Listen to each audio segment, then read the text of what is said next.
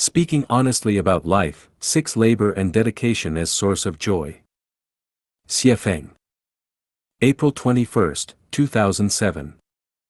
For 8 years, I labored tirelessly without earning a penny, yet those years were the happiest of my life.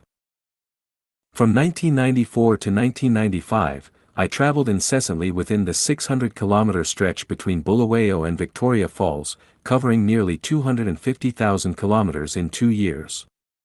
I traveled from village to village and school to school, working tirelessly day and night. My job was to serve as an interpreter for a well drilling team, though in reality, I handled all sorts of odd tasks: purchasing materials, managing relationships, scouting drilling sites, arranging accommodations for the team, organizing villagers to build roads, supervising workers, and serving as an interpreter for the leadership, among other duties. There were no holidays or weekends during this period, and I worked at least 10 hours daily, often returning to my temporary quarters at midnight. After grabbing a quick bite, I'd collapse into bed, only to rise early the next day and begin again. At one point, due to a lack of vehicles, I drove an open-top Jeep that had to be jump-started by other vehicles each day. Once running, I didn't dare turn off the engine during the day.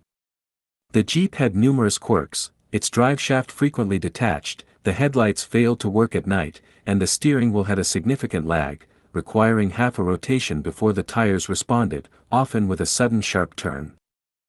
2 incidents stand out. One night at around 10 p.m., I was leading a convoy through a jungle without roads during a relocation. Since my Jeep's headlights didn't work, a large truck behind me provided illumination. As the interpreter, I was the only one familiar with the route, so I had to lead the way. That night, I relied entirely on intuition to drive, yet we safely reached our destination. The local workers joked, "You could be our president's driver." On another occasion, facing an emergency, I drove over 60 kilometers in complete darkness along the national highway from Bulawayo to Victoria Falls.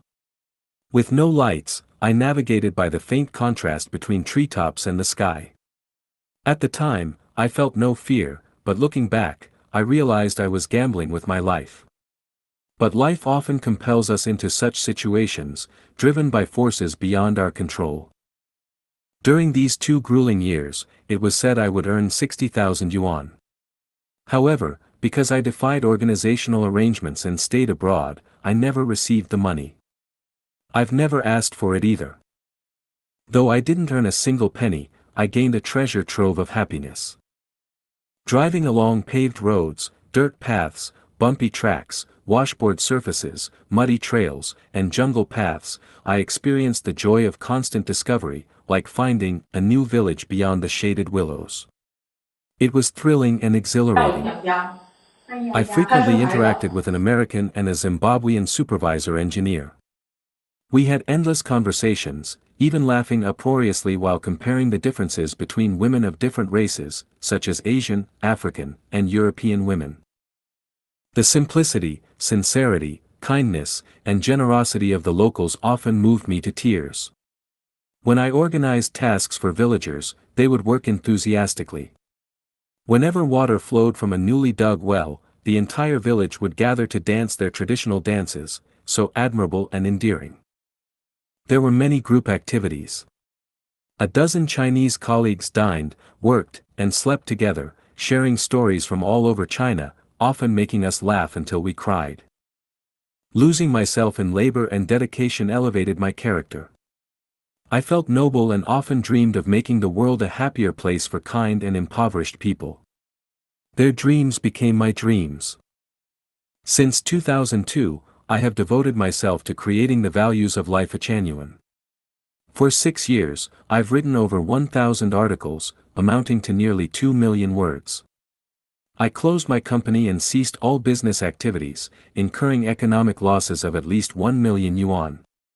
To this day, my writing hasn't brought me a single penny, and I've become increasingly poor. Yet my joy and happiness have only grown. Establishing Lifechanyuan has provided a spiritual and soul home. I've found many like-minded friends, and now we gather in this home as brothers and sisters. Together, we enjoy emotional, spiritual, and soul freedom. It feels like we've already entered the 1,000-year world of heaven. To have one confidant in life is rare, but I've gained dozens of soulmates with whom I share life and death. This kind of wealth is immeasurable. Such are the fruits of labor and dedication. True happiness lies in the selfless process of labor and giving.